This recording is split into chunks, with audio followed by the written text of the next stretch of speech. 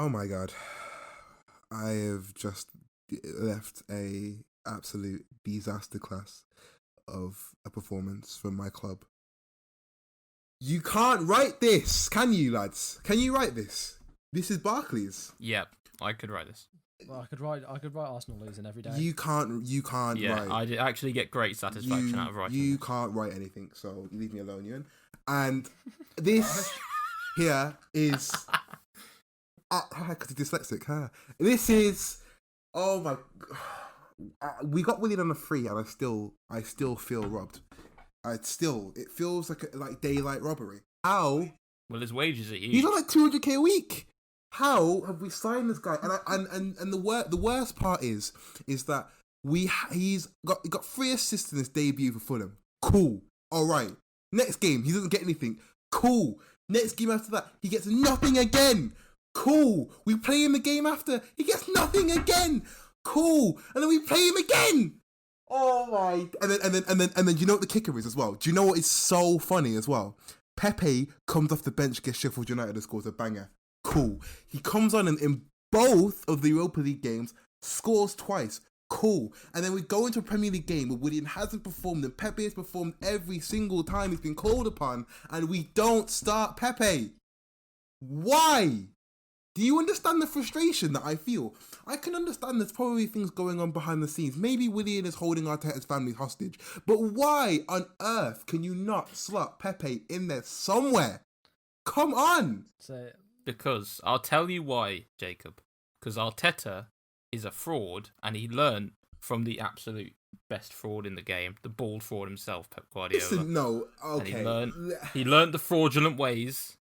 And now he is the I don't want to say he's a fraud. That's not fair because what he's done for the club is insane. But is it? Yes, we won the FA Cup in half a season. Listen. All I'm gonna say is Unai Emery's Villarreal are top of La Liga. Are they winning? They're beating Barcelona. They're beating Real Madrid right now, right? Is that Villarreal? Oh, that's Valencia. But Unai Emery's Villarreal. Yeah, because he's good at Spanish football. He's good at Europa League and Spanish football. Champions League, no. Premier League, and he couldn't do it in the French League. So clearly... You're not in the Champions League. No, I'm talking about Emery. Emery's thing is exactly. Yeah, he couldn't do it in the Champions League when he was relevant. You weren't there. You just don't get it. Listen, at the end of the day, right, back to the whole Arteta situation, there are things happening behind the scenes in the club that I cannot figure out because there's Ozil. I'm over Ozil now. We know he's not going to play. He's basically left the club. Cool. But then why are we still starting winning? Because I guarantee we're playing Leeds on the 22nd after the international break. Guarantee he's going to be in the starting lineup again. And I don't know why. It's almost like he plays him. You know when you play Football Manager and in your head you're like, he's our star man. He's got 5 stars, 5-star, but he hasn't got a goal or an assist in like 4 games. And you think this game is the game where he's going to do something, and then he doesn't. And then you check his stats and he's like 4-star. This is what's going to happen. This is what's going to happen now. And then you just see Pepe. Just masterclass from Chelsea. I don't want to hear. I don't want to hear about you. I don't want to hear about your club. I don't want to hear about. Your club. Okay, because David Luiz has been okay. He had some important matches. We needed someone to David Luiz in our dressing room. But this, we really don't need Willian. We didn't need him. We had Pepe there. We had Saka and Reece Nelson who could both play on the right wing. Mainly Reece Nelson, who needs more of a chance to play in the first place. Why are we playing Lacazette as well? At this point, I have nothing against Lacazette. I like Lacazette. When it was only Lacazette and there was no Aubameyang and he was performing and he was doing all right under Wenger, I felt good. But now, it's time to go. The guy hasn't scored in the Premier League this season. Time to go. Has he scored? He has scored in the Premier League this season. Who did he score against? He has more goals. He's your top scorer in the Premier League this season. Wait. What, with one goal? When did I think he's got 3. No, I don't think. Let me have a look. I don't think he has. Yeah, 3 goals. 3 goals in 6 games for Lacazette. It's the same as Zuma. He's your best player. Hang on, let me see when this. He's got the same amount of goals as my centre back. Which is shocking. It still isn't good, is it really? Aubameyang isn't scoring because he's playing on the left. At this point, Aubameyang has to play up front in the middle now because he's aging. He's not a winger. He never was a winger, and he was only being able to adapt because of his age. He was younger. He's older now. He's not as fast as he was, and he's never been a creator. What do you really expect playing on the wing? You expect him to cut inside, and when you've got defenders who literally won't let him cut inside, he literally can't do anything. He's not going to whip it in, is he? When have you ever seen Aubameyang getting assist by whipping it in? He doesn't do it. He's not left-footed. I think he did the other day. It's very rare he does do it. He can do it, but he's very rare. He's not a creative winger, is he? Which is why we usually have Saka in left wing back or Taney, who can be that creative guy when he cuts to the side and when nobody notices him. But because Aubameyang's so high profile, every defender's looking at Aubameyang. It's very hard for him to just go unnoticed and score. Yeah, it's like the Salah effect, except with Liverpool, all the defenders go for Salah, Firmino and Mane, and then they have Firmino and Mane, and now Jota as well, who can feed off that space. We only have Aubameyang. Everybody crowds Aubameyang, and you have exactly, Willian. And we've seen it. Oh my god! And you know what's so funny? You were exactly right, Sam, because that is exactly what happened today. They will look like, "Where's Aubameyang? Where's Aubameyang?" And then Willian's there, and guess what Willian did? He absolutely shanked it. We were already 2-0 down at that point, and he shanked it, and he could have made it 2-1 and maybe changed the game a little bit. But he's completely destroyed his opportunity. He's a blue at heart. Shut up. I'm sorry, just shut up. Oh my days. You just want to say words for no reason. He's a blue at heart. He doesn't care. He's doing it for the cash. He's got his retirement fund now. He could never play football again, and he would still be laughing, doing a stupid little restaurant with David Luiz and Kia Jaraption, having a little glass of champagne because they've absolutely finessed this club.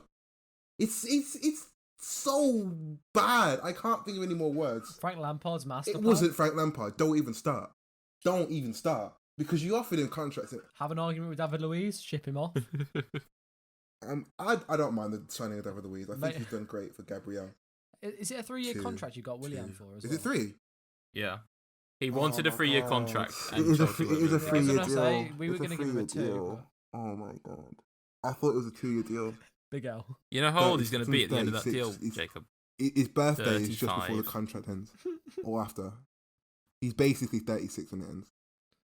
Oh my god. Why would we have a 36-year-old? I'm sorry, I shouldn't be shouting down my mic. We're going to have a 36-year-old in our club in 3 years. I thought he was setting up for the future. I don't know if you remember. Headphones warning. Years ago, we had Project Youth. Oh my god. Ivan Gazidis and Arsene Wenger talking about Project Youth. Get lost. Where none of those players from Project Youth play for us anymore. Theo Walcott's gone, he was a flop. Iwobi's gone, he was a flop. I'm pretty sure the only one who's still here is... No, none of them are here anymore. Nabri's gone, they're all gone.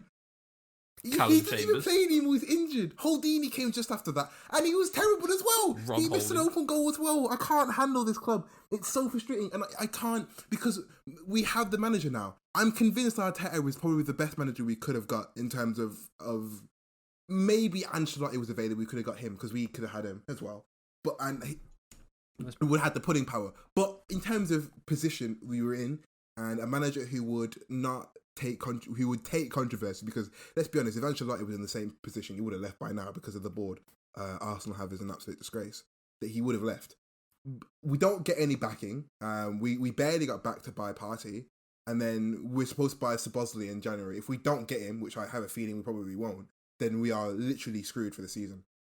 I thought I kept boasting. You can back me up. I said this every time. The only way we're going to get top 4 this season is if we stay consistent compared to the other clubs. Chelsea haven't been as consistent as us before today.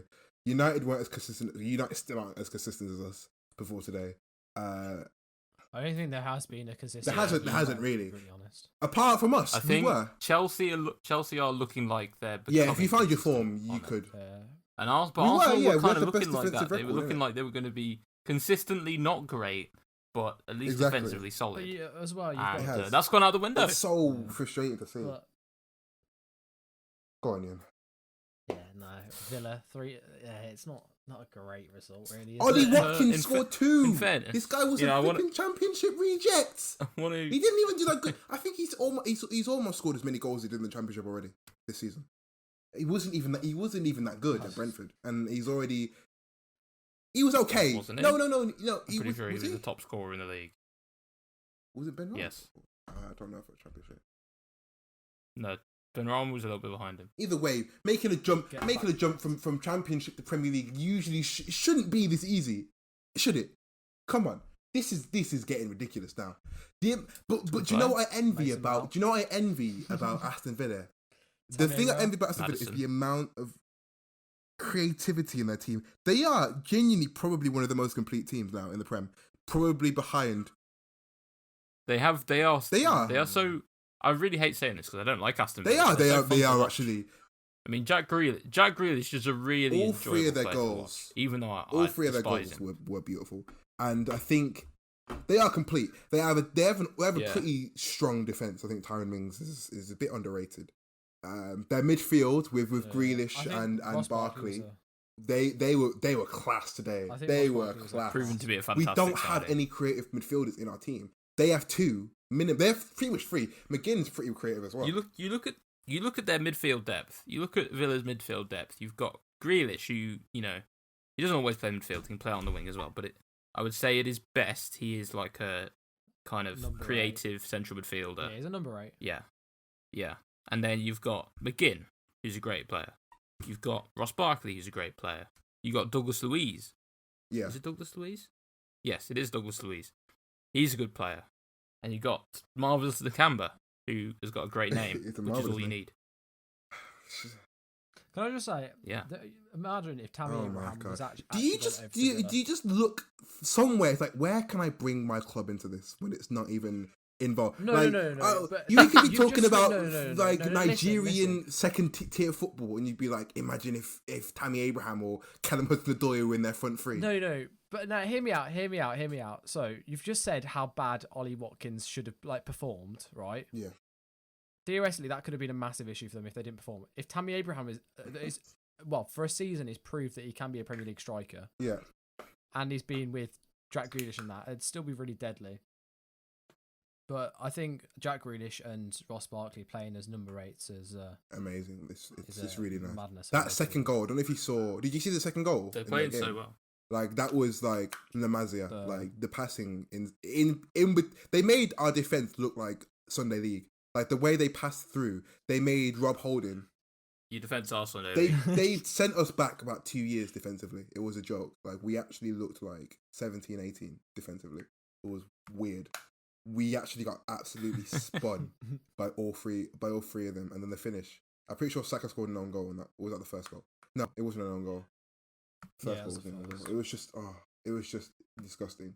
And of course, Martinez comes back to the Emirates and keeps a clean sheet. Poetic justice, isn't it?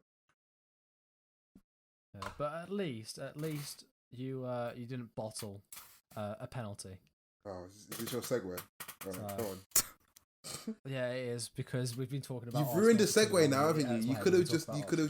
You could have just said, "Well, at least you didn't bottle the penalty." Speaking of bottle penalties, let's go to the Wolves game. Oh, that wasn't even the game you were going to say, was it? Speaking of bottling things, he bottled a penalty. Yeah. There was a lot. There was a lot of bottled penalties.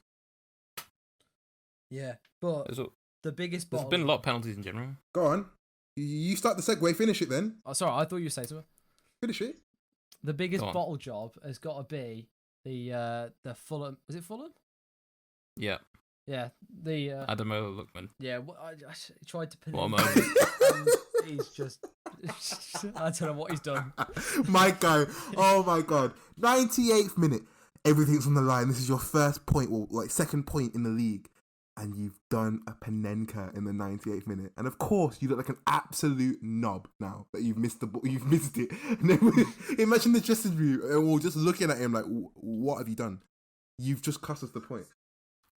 I feel like this is such a Fulham thing. Do you remember a couple of years ago when Kamara, I think it was, missed? It's always Mitrovic who's supposed to take penalties, and Kamara was like, no, I'm having this penalty. Took it, missed. And then after the game, Claudio Ranieri was like, I want to kill him. I don't blame him. Fulham is such a rubbish. They're just such a. They are a classic example of a yo-yo club, but I honestly can't see them yoing. They have. I believe they've yoed their last yo this season now, because honestly, if they get relegated, because what they did was when they got relegated, they loaned out all their good players like Mitrovic. Who was the other one they loaned out? I think they loaned out Lookman. They loaned out a couple more players anyway to like like La Liga and French League and that. And obviously expect them to get promoted, which luckily they did. They brought their players back because they weren't going to play in Championship like Mitrovic. Wait. Who? They definitely didn't did. loan out Didn't they Mitrovic not? because he was like one of their top scorers. Someone in the got loaned Championship. out. And Hang on, Lookman they they've loaned. just brought in. Well, it was it. I was trying rubbish clearly. No, they loaned They- out some players.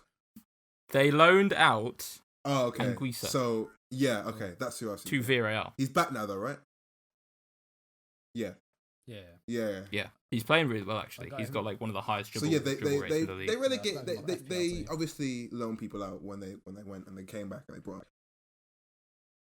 Yeah, because you got Yeah. players on massive wages. Of course. They can't be paying. But that in if the they get Championship. relegated again, which they will, I will literally put all my money on it. They will get relegated again. They will not be able to keep Mitrovic and Gisa.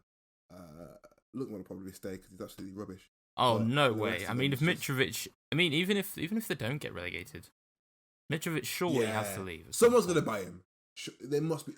There's so many clubs that need someone like. Yeah, he's just a great I don't player. know, He's I just a think, really yeah, good striker. If we had a creative midfielder who could just serve him, I'd have him. But yeah, they're screwed. They won't be able to come back now. You only can be a yo-yo club for a certain amount of years before it's too late. Like when Albion get relegated as well, because they're gonna get relegated. I can't see them coming back up into the. Maybe they've got one more in them because they've got money, but after that. Well, it's looking like Sheffield United as well. Yeah, I think Sheffield United have been figured out. Like I Yeah. said before, I don't know if that even made it to the podcast. We've taken like a 2-week break. Wow. Speaking of Sheffield United, they did. they lost to Chelsea. Oh, did they? Oh, yeah, they did. Plastic. you said it went out there. How can my guy say, did they? Huh? You watched the game. This guy. No, I honestly thought you said it the other way round. I was like, did we? Oh my God. Yeah, I thought you said they're beating us. I was like, did they? You thought That's we were news to trolling my on ears. this party last night. It was hilarious. What game did I watch? Oh my God. Yeah, you won.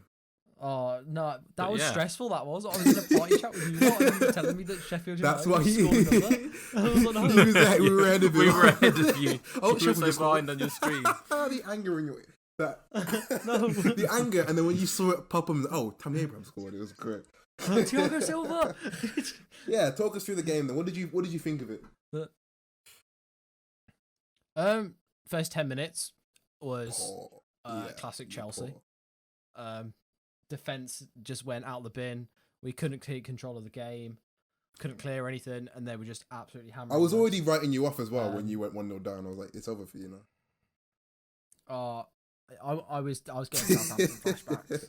Oh, it's like because the thing is, I have faith in us pulling back Yeah. a draw, but a draw's not enough to Yeah. be where we should be. Yeah. If that makes sense. So I was like, oh, we're gonna draw this game. This is not good. I had my Chelsea top on, and I was like, I'm taking this off because The Crystal Palace one? a bad omen. Fraud. Yeah. So pretty much Crystal every time Palace I've one. worn it, we've done badly, Oh my God. and we conceded straight away when I put it Oh, on. I was right. like, you taking the mic? But no, the first 10 minutes was not great. Ziyech and Kante were just, they switched off at the corner. I don't know what they were doing. And then to make things worse, Kante just didn't listen to what Ziyech said at Don't they all. both speak French? Because I was, They both speak French as Say well. again? don't they? No, that's kind of bad if they didn't listen. I think, I had the crowd noise turned off so I can hear, you can Yeah. somewhat hear what they're saying. And they were speaking in English, and he was telling Kante to watch the outside Oh. runner. And he was shouting at him, and Kante just came inside and just let the outside runner free, which is where the cross came in and we conceded, which is the first Premier League goal that Mendy's conceded. No way. Wow. Yeah. Yeah, that's his first one. I think it was 5 clean sheets in a row in all competition. Yeah, and it's the is it? I think it's the second. I think it's the second goal he's conceded altogether. Yeah. So the other one was Lamella against Tottenham. Obviously not counting the penalties. So yeah, he's done well. And then all of a sudden, Ziyech rectified his mistake and just had a madness. Yeah, he had a really good I game. mean, pretty Yeah. much every goal Yeah. came through him. I gotta say, I mean, I expected him to be class because, having seen him play for Ajax in the Champions League against Real Madrid and against Spurs, but Yeah. he is such a good player. I mean, he's got to have one of the. I remember best seeing a left foots in video the actually league. of the Champions I'd say League. the world. Like, I've watched it like 15 times, and it's just Ziyech for Ajax doing the cleanest switch ball, Inter-esque. Yeah, like classic Ronaldinho, Ronaldo, Inter. Like them, that's the wrong team. Oh my god, that's so bad. Inter-esque anyway. To Tagliafico, I've embarrassed myself now, but yeah, he's done clean, and ever since then I've like wanted him. But the thing is, we've got such a good like equal side on the right hand side, because you've got Ziyech that can cut in and go on his left foot and cross it, and you've also got Reece James that can just bomb it down the outside of him, and he's well, this is me being biased, but I think he's one of the best crossers in the league at the minute. I think he is. Yeah, I would agree. So you've got that equal bit. Plus you've got Ben Chilwell that has been told, and they've done it in training loads, to get on the back post, which he did. He didn't know anything about it and scored. So you've got Ben Chilwell in there. At the time you had Tammy Abraham. That, to be fair, you got to be there to score it. Yeah, exactly. He mentioned it that he didn't actually know where he was at all. He didn't know he scored it as well. He turned around and saw Tammy Abraham running at him with a massive grin on his face. And at that point, Wait, I realised he'd scored. Oh my god. So the first goal was a ball over the top to Kovacic that had an amazing game. Kovacic did. And then Tammy Abraham potentially scuffed it, but I don't know. I think it was more a perfect shot. Debatable. And then the second goal was a ball into the box. I think. Yeah, it was. Ball into the box for Chilwell to score. The third one, Thiago Silva and Zuma. He's dangerous in the box, but he's done the opposite job in that goal. He's completely blocked off two defenders like he was playing basketball. That Thiago Silva was free to win a header, and he's perfectly cushioned that into the back post. And then I don't know how the fourth went in, to be brutally honest. It just bounced off everyone and then went through to Werner. But it's starting to pick up, and the thing is, that's not even our best team. You've still got Pulisic to go in there. You've still got Havertz to go in there. So there's more creativity and diverse. No, that's not a right word. Different we'll go with different angles to attack. We've still got Kante is back at one of his best, playing in the role that he enjoys playing in. And I still stand by he's one of the best centre defensive midfielders in the world. He's just everywhere. And I think people forget that last season he was injured for quite a lot of it. So yeah, he struggled. So he was kind of getting back to fitness last season, and now he's back at it and just going mad and just taking everyone's legs. Nice. So, but yeah, it was a great performance. And I think going back, I don't know if the podcast came out, but when we spoke about the Man United draw, it seemed like a pretty bad result for Chelsea because we didn't do anything. But in hindsight, that's a great result because it's meant that we've been able to keep clean sheets and go on and score goals. Say again? Yeah. Well, to move on to Sheffield United a bit, are they suffering from second season syndrome? Are they going down? The thing is, if you actually look at the games that they've played and lost, it's not been like they've been in it for quite a lot of the game. Yeah. They still look like they're fairly solid, usually, but they just seem to be much more sloppy with the ball, and also they have no attacking threat at all. Yeah.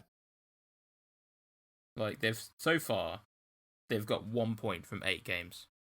Yeah, I think only 2 teams have ever not got relegated from the same start as what they've had. Yeah. So it's not looking great. No, but I wonder what will happen with Chris Wilder, because you wouldn't think they'd sack him. Because I mean, he's done so much for them as a club. Yeah, but if you're not getting results, yeah, it's the thing. Like, do you forego that sentimentality and think, listen, we need to. This something needs to change here. He brings too much to the club, doesn't like, he? I think it's a difficult. if you got rid of him, because who would you replace him with? I as assume well? he got them into the Premier League in the first place. Yeah. Well, he took them over in League One, and got them promoted into the Championship. First season in the Championship, I think they came just out of the playoff places. Wow. Second season in the Championship, they got promoted. So, and then you first season back in the Prem, they came in the top 10. You've got this difficult thing of, you've got a manager here that when you first brought him in, you brought him in to promote you into the Championship. Yeah. So you're never ever, realistically, you shouldn't be doing that well with him in the Prem, theoretically. Yeah. He's done well. Yeah, I mean, you look at their squad. But look at their squad. It's not a squad that you would expect to do well. But because he's done it already, he should be expected to carry on doing it. If that makes sense. I understand. Like you can't can't go, where did they finish last year? They finished in top 10, was it? 8th, 9th. Yeah, so top 10. You can't turn around and go, he's a League One manager. We shouldn't expect him to do that well again. We should probably get relegated. No, if he's finished 8th, they should be going, right, we need to finish in the top 10 again. Yeah, I mean, I said this before. I don't know if it went out, but I'll say it again. He's been figured out, really. And it happens... It seems to happen more likely with English managers. And it's basically when you do the same tactic and then over the years, it gets figured out. It happened with Eddie Howe. He obviously left Bournemouth. And I think it's happened with Chris Wilder a bit sooner than he'd hoped.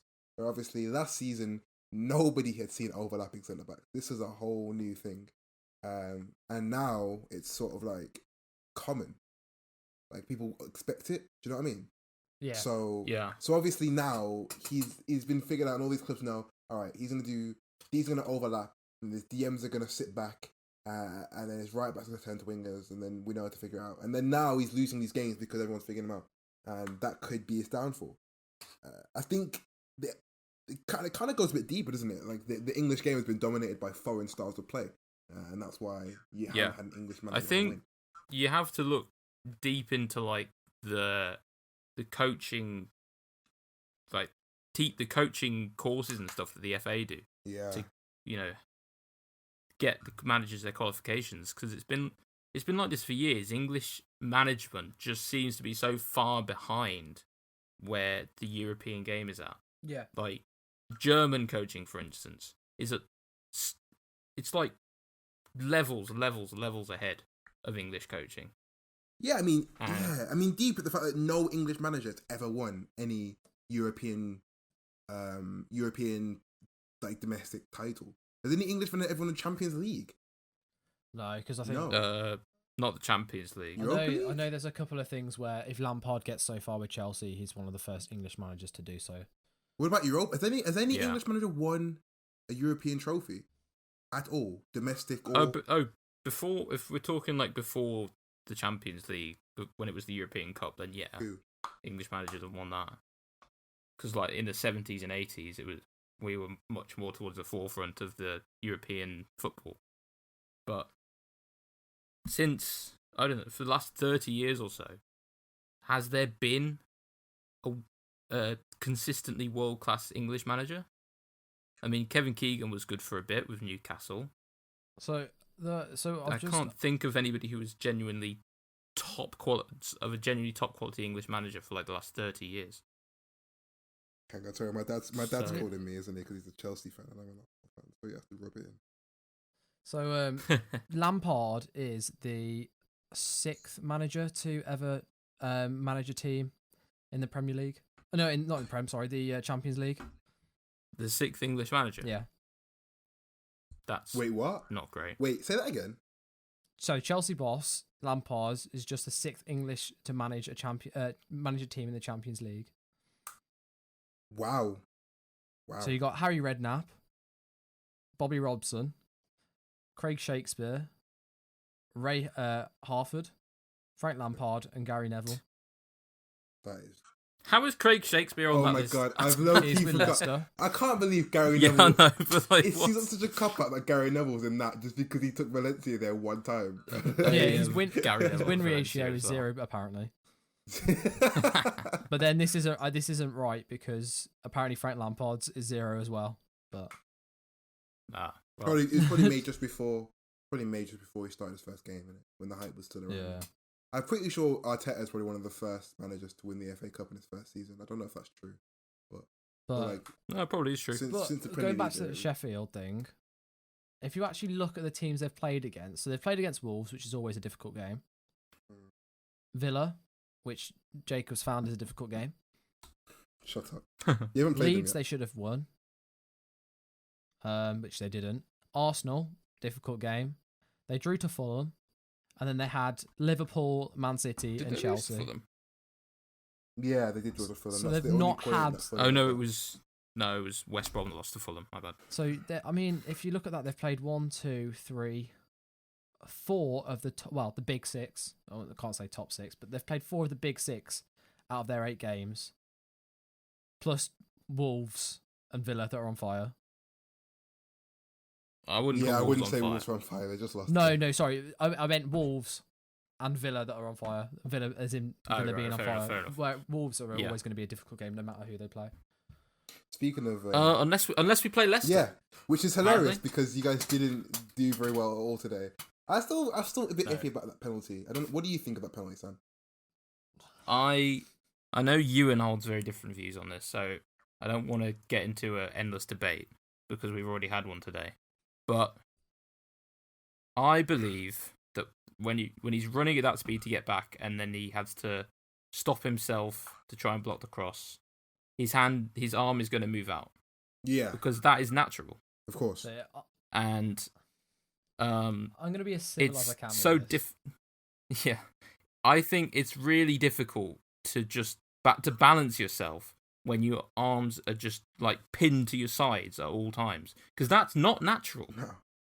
Yes. It's not a natural position for you to be in. See, You don't run with your arms strapped to your sides. my argument here is, right, Oh my god. number one, right, he's interfered with a goal scoring opportunity for Leicester, Oh my god. Yeah. Oh, okay. which is one of the reasons that the handball rule is a thing. Yeah, but right. not purposefully.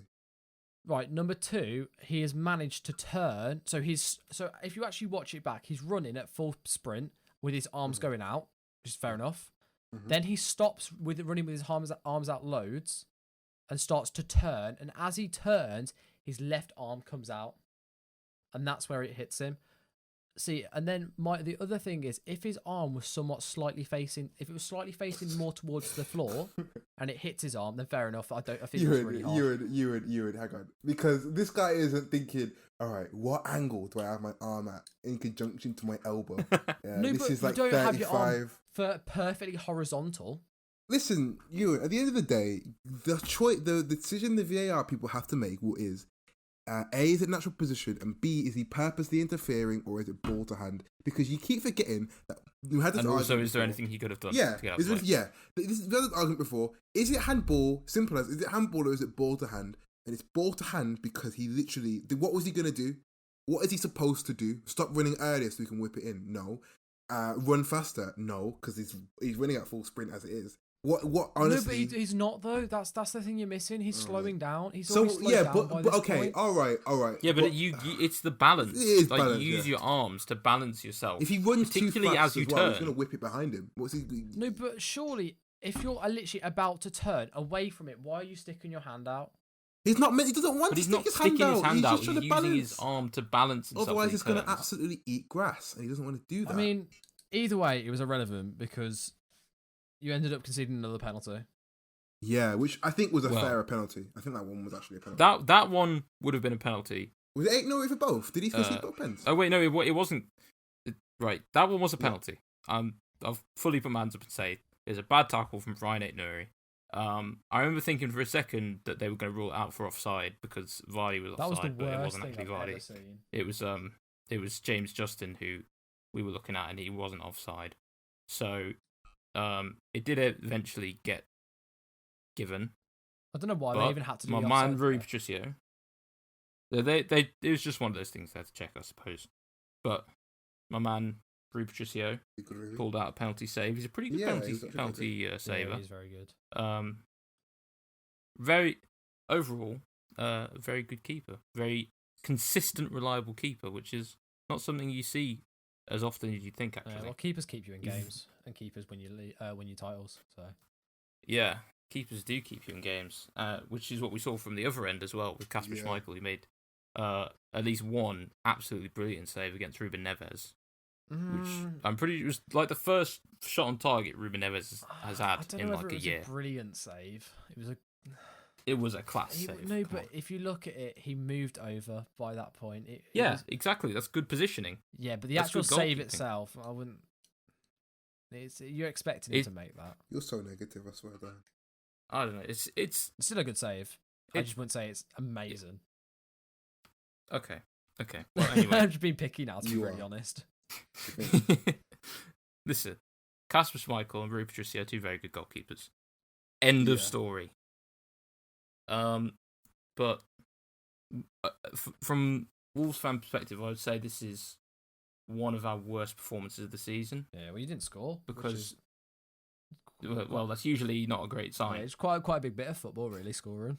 Yeah, but the problem is this season, we've had a few games where we've basically relied on Raul Jimenez to suddenly pull off something crazy, to win us the game. He seemed like he'd done it against Newcastle until we let in a stupid free kick, and we looked like we were relying on him to do it again today, and he just didn't, because you can't go into every single game thinking, well, hopefully Raul Jimenez is going to score a banger. He didn't have a shot. Did he not have a single shot? He didn't have a shot. Yeah, but you've also got to realise that Adama Traore went, like, a lot of Raul Jimenez's goals last season came from Adama running down the wing. Yeah, like Man City. Yeah, if you haven't got Adama on there or someone that can provide, he ain't going to score. Well, the thing is, Pedro Neto and Daniel Podence have been playing really well this season. Yeah, but they don't. They've been doing well creatively. See, I mean, I could be wrong, so I haven't watched all of the games, but I would have thought that Podence especially is more of a player that will drive and get inside the box to a point where he can shoot, or is essentially sweating it. Whereas Adama, he's a very well-rounded Daniel Podence. Yeah, whereas Adama pretty much just goes to the byline and crosses it in. He won't try and get inside the box that often. He will literally go byline and cross it. Whereas you don't. Well, Adama hasn't started many games this season. I think that's partly because Nuno likes to bring him off the bench against tight defenses, but also teams are starting to work out how to deal with him. Yeah, you stick every single time he comes on. You see them sticking at least two people on him whenever he gets the ball, and they force him down the line, and they'll block his cross. Yeah, and you don't need to make a challenge on him. Okay, no. Half the time, if that's the thing, you don't want to make a challenge on Adama because he'll find a way to win a pen or something. Reel past you.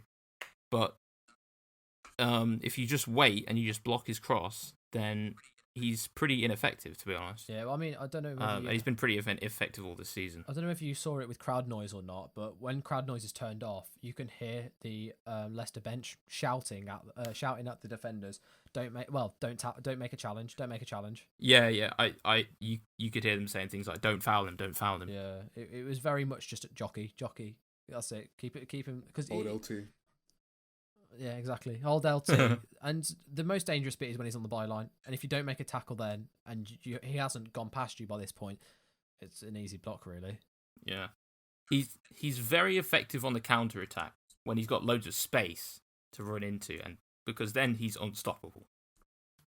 But, like, when particularly what we've seen a lot is we're bringing him on in the second half. And we're bringing him on at a point where we're kind of dominating the game, and we've got teams pushed back in their box. And then, like, what does he do? He hasn't got the space to like run into, and he just ends up running to the byline and wins a corner. Mm.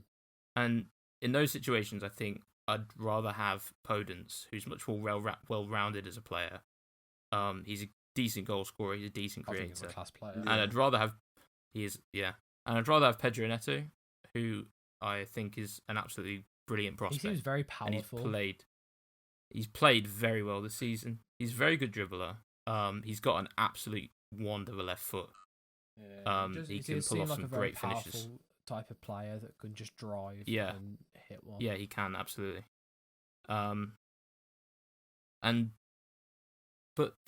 when Raul Jimenez isn't getting into the game, we do really struggle. going forward. Mm.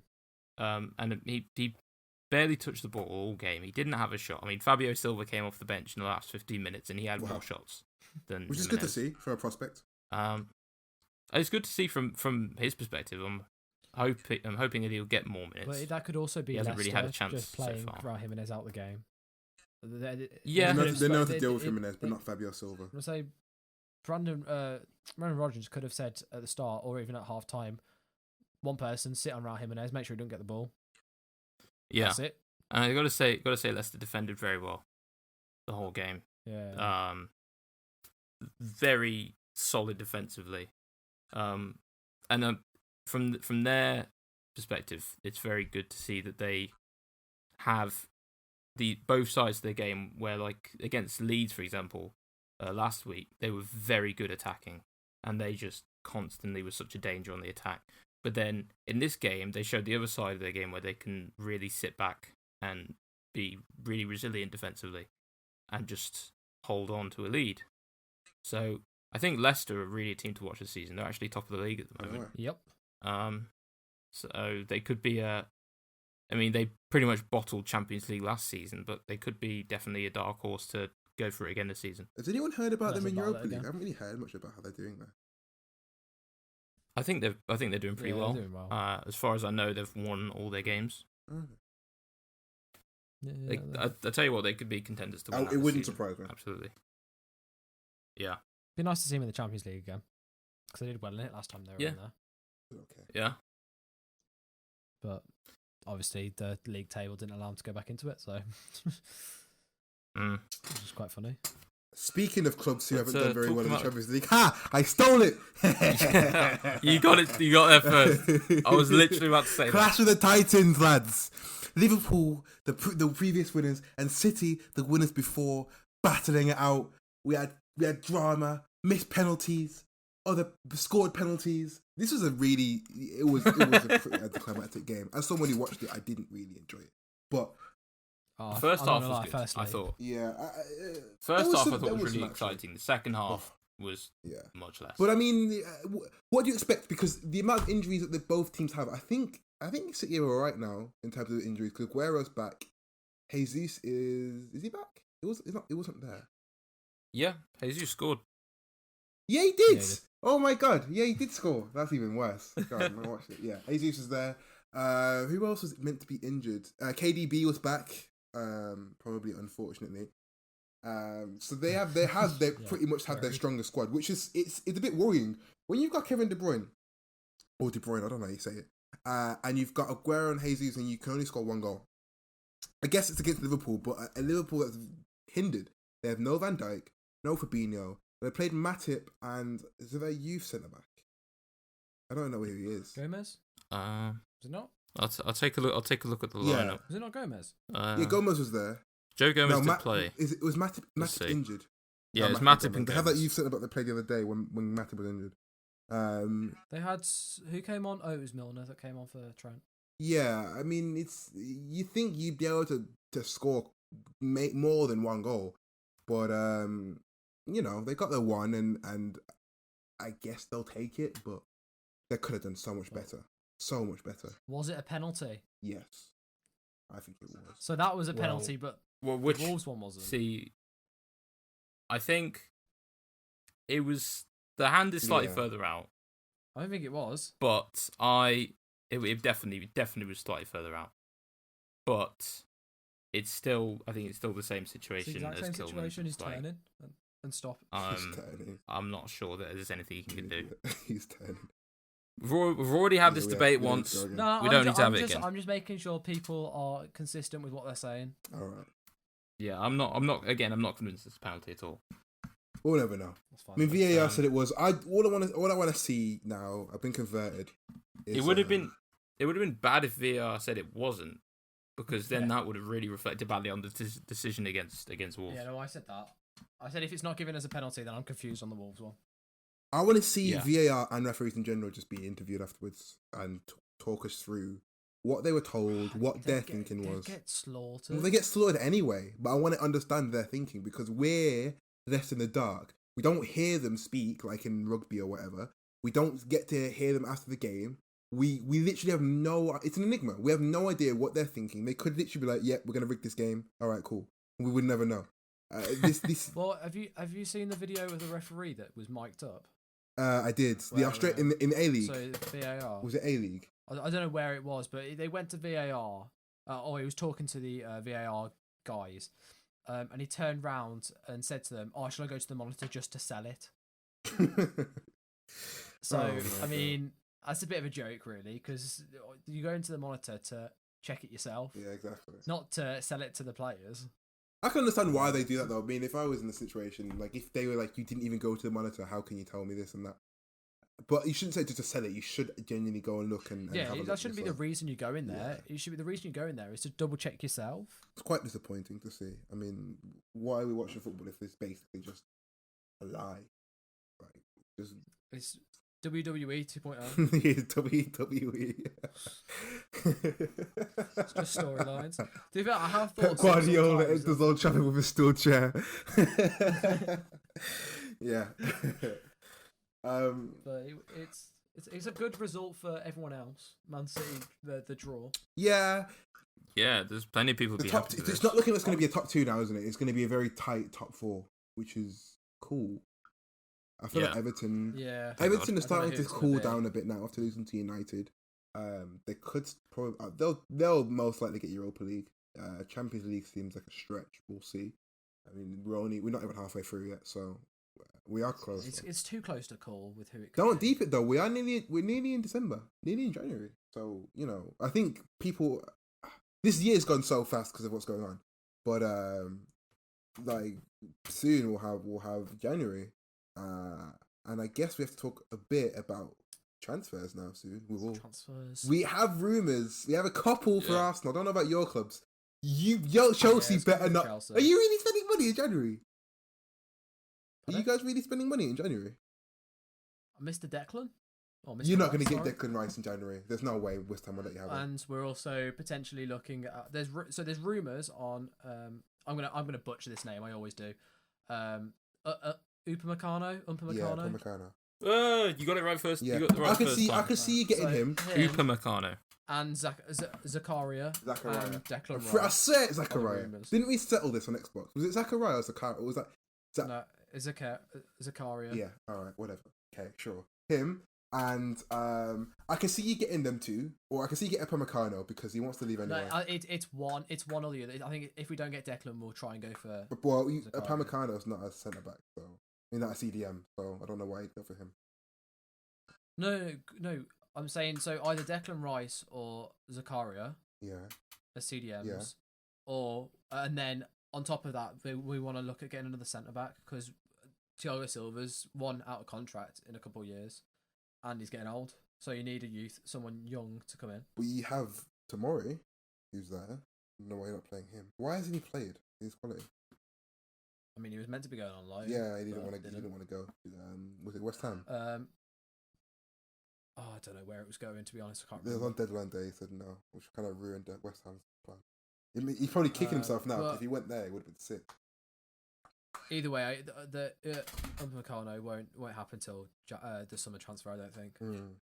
Yeah, because Upamecano's got a release clause next summer of like 42 mil. Yeah, so Um, I think we got a good chance of getting him. To be honest, personally. yeah, Arsenal wanted him Yeah, I for mean, so long. depending on how you finish the Arsenal were season. desperate for him, Yeah, but now I don't but, think we're yeah. going to get him. The fact that we've got so many young players, and good prospects, and the fact we've got so many people in, I reckon we got a good stab at it. Oh, lads. Our mutual friend Average, a Villa fan, has just messaged me, and I'm scared to open it. Oh god. Oh, In Rip. terms of before I get to Arsenal, what's happening with Wolves? Because you guys don't really do much in transfers.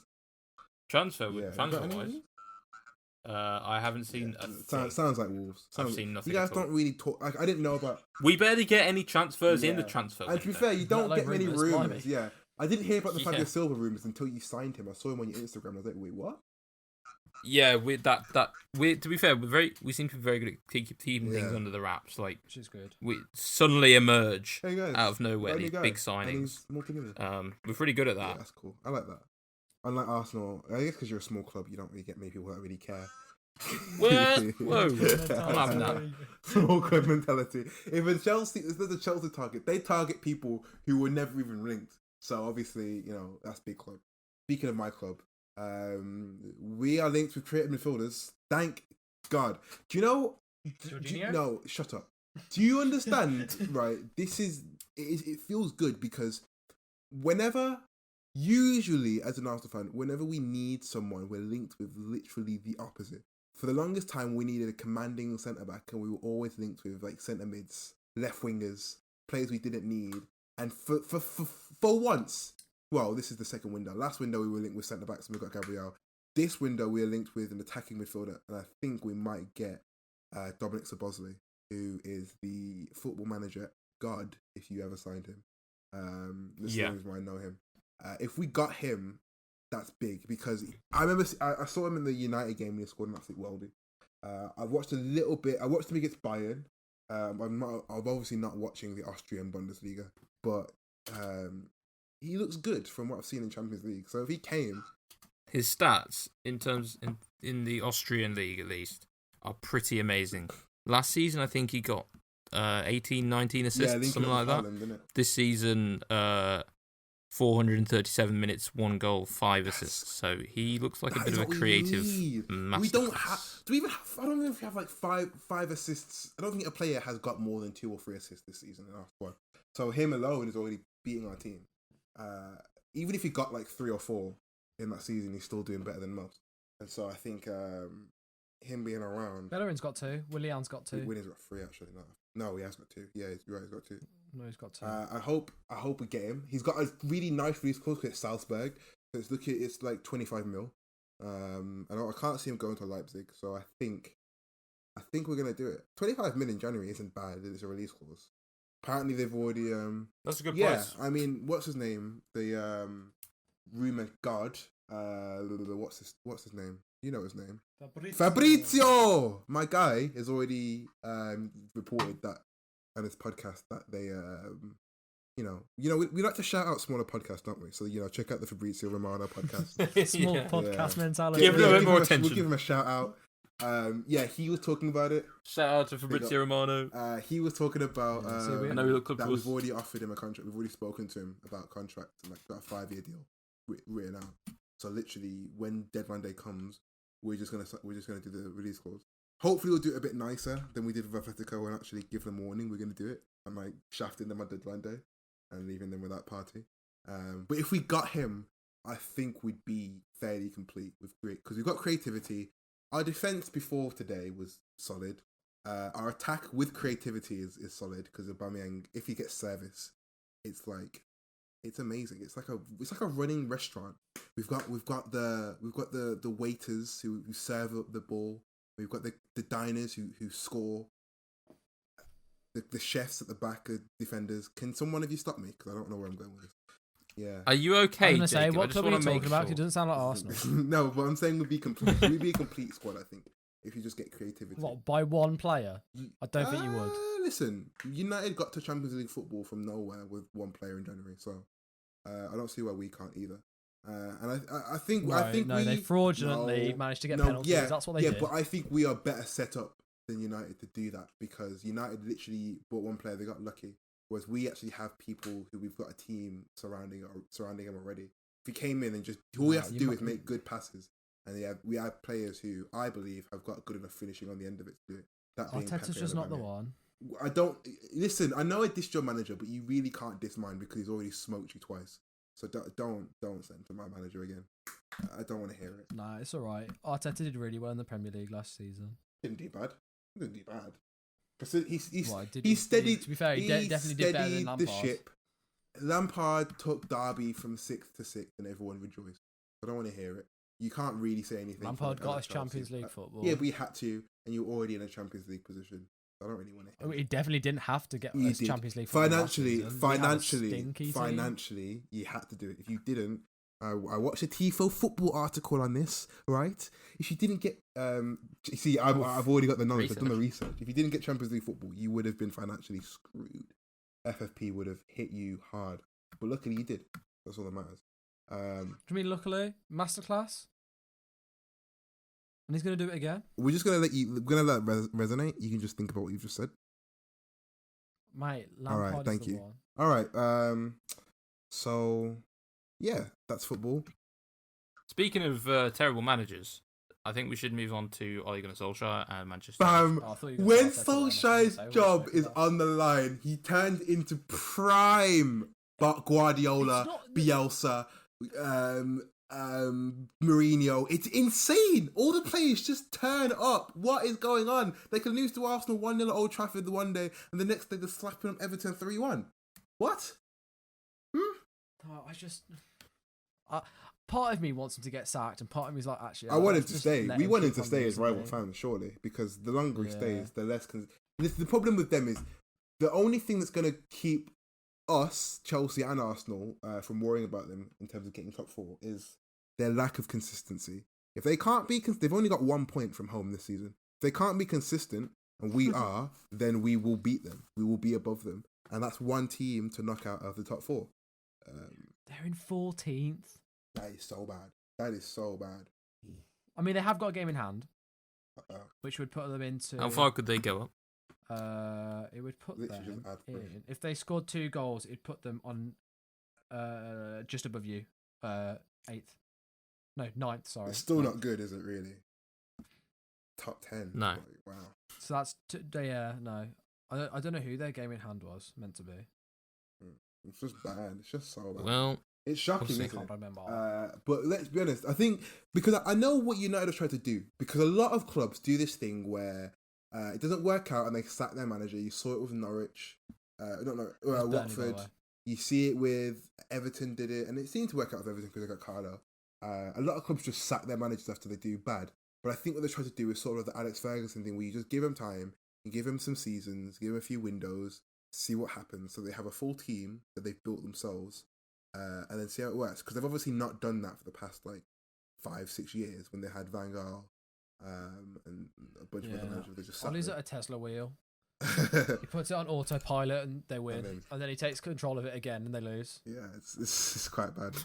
I wonder what Twitter feed you got that from, but I mean, it's cool. Thought of that, mate. It's okay. I mean, it's cool though, because obviously if they're not consistent, like I said, we can get top four past them. We can just hope that continues. I don't really want to see them winning. Not gonna lie. I would presume if he doesn't get Europa League, well, would you reckon he'd get sacked if he gets Europa League or doesn't get Well, Champions you're League? meant to be. Man United are meant to be feared in the Champions League. And when was the last time anyone was like, "Oh, we've got United. We're getting battered." No one has said that in 10 years. Come on, it's scary because United were at one point probably the best team in the world, and now they are literally just mid-table.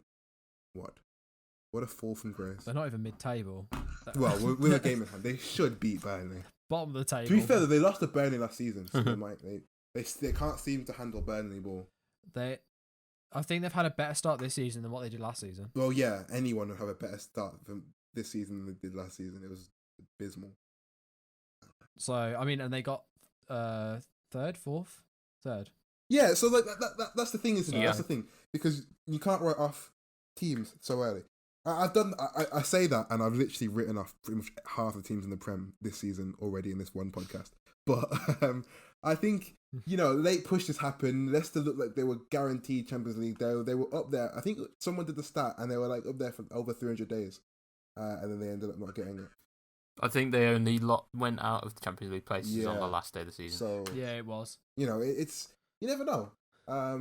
That's why I still think consistency is key with Arsenal. We have to get early points. We have to get good points now from teams who should be beaten. Like Villa, we should have got points against Villa. Even if it was a point, we should have got some points, and we didn't. And that could cost us. I mean, small things cost us. I've noticed, not last season, but the season before. Champions League was literally decided for us by Aubameyang's penalty miss against Tottenham. He missed a penalty at Tottenham, and we didn't get Champions League for it. But yeah, back to the actual game. Alright. Everton, Man United. Oh, yeah, we didn't actually talk about that. Do they just ignore VAR when Harry Maguire's involved?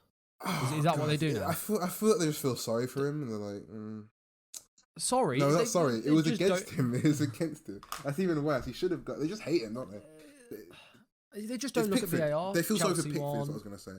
Because he should have been sent off, really. That is a sending off. I don't think it was a sending. It was close. It was borderline. I spoke about this, and realistically, it should have been a card. It shouldn't have been. I don't think it was a penalty. Wait, what? Why? Was it in the box? It was.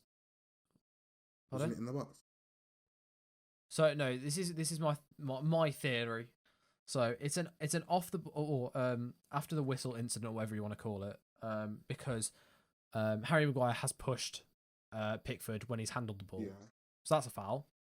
And then so that's where the foul stops. So that's where the game essentially stops play. And then Pickford goes and essentially lashes out and kicks him. So that's an off the. What was it called? Not off the ball incident. Like stop play. But it should go down as violent conduct. Oh right. Well, that's that. Well, violent conduct's a 3-match ban, 5-match ban.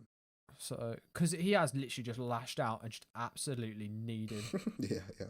In the balls. balls. Even other England teammates, which makes it even funny. Which I don't know how they both play for England, but they do. Pickford is just lucky at the minute. I don't know how they didn't review the Van Dijk one after the game and go, no, you should be banned for it. Really should be. I don't know the rules behind it, but I thought that was what was going to happen. Yeah. He's lucky to not be on a yellow or a red for the kick out at Maguire. Yeah.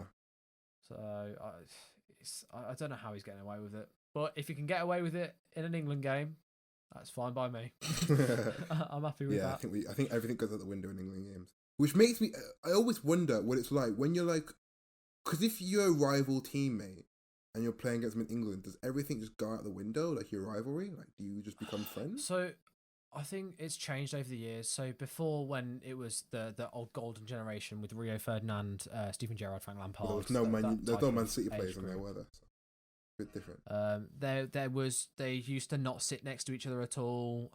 You'd have the Man United end, you'd have like the Chelsea end, and it was all very, very like they just kind of they explained it before, and they didn't feel like they should be talking to an opposition that you've just played a week before. Makes sense. I can understand that. Whereas now the mentality is more like a group, and they all sit together when they eat. They're all friends on and off the pitch, or they should be.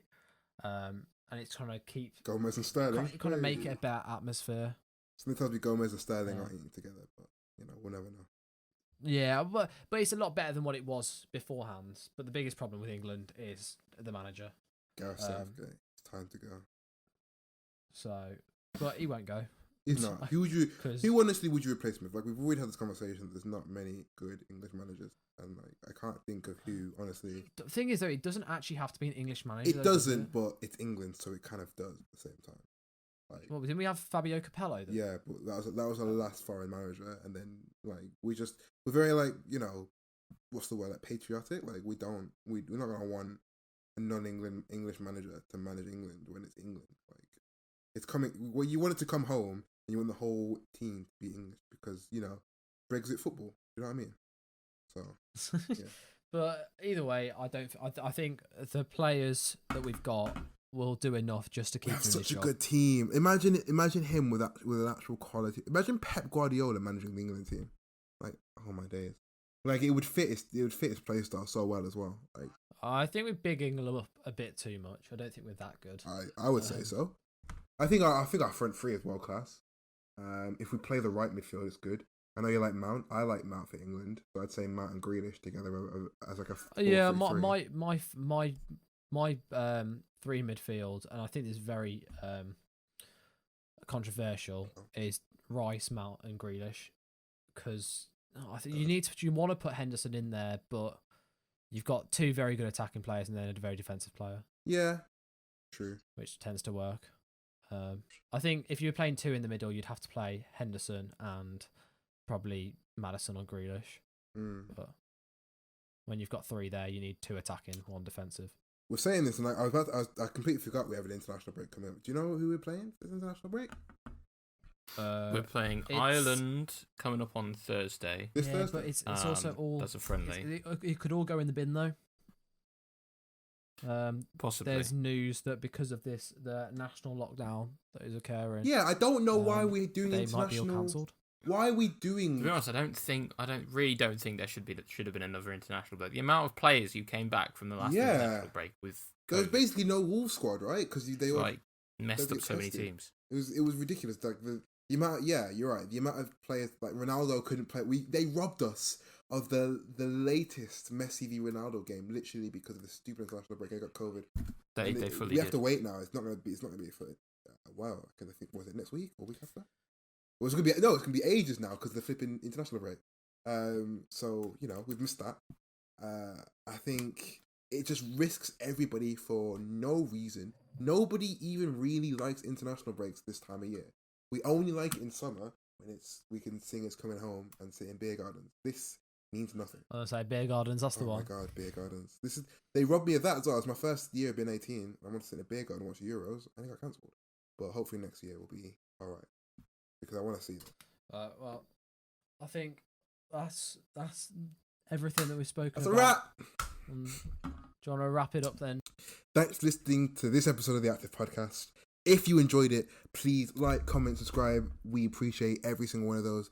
If you're feeling bold, share it. And that's kind of it. All right, bye.